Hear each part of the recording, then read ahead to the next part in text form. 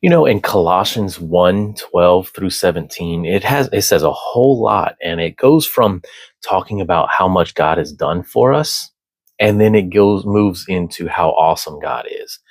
And that's one of the things that we have to remember. And I really do encourage you to pay special attention, spend some time remembering what God has done for us. In Colossians, it goes ahead and talks about how He's delivered us from the power of darkness, and He translated us into the kingdom of light of His dear Son.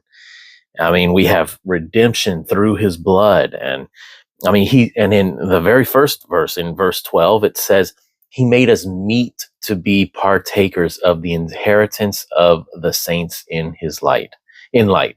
And you know what that word meet means? It means worthy, equal footing and everything. And so that's one of the things that God has done. It's not by our ability to do good works. I mean, the Bible elsewhere says how even our best righteousnesses are as filthy rags. So think about it, stacking up even the best that we can do, stacked up to a perfect God.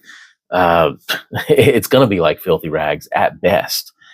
But also, it continues on, and it talks about how Jesus, he gave us forgiveness of sins. And it mentions that He's the firstborn of every creature. That doesn't mean that He was the first created.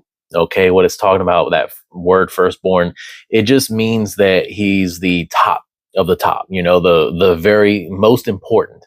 And that's why even King David, who we know is not the firstborn, he was the youngest, I believe, if I remember correctly.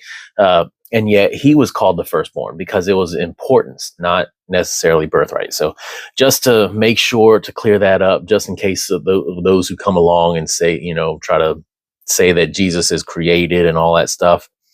But it talks about how, by Him, all things were made. Everything was made by Him and for Him. So you want to know the purpose of life and the meaning of life?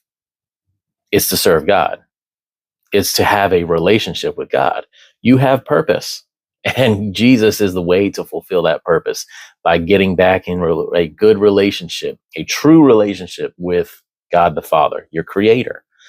And I hope and pray that all of you watching this, you have that relationship. And until next time, God bless you. I'll talk with you later. Bye-bye.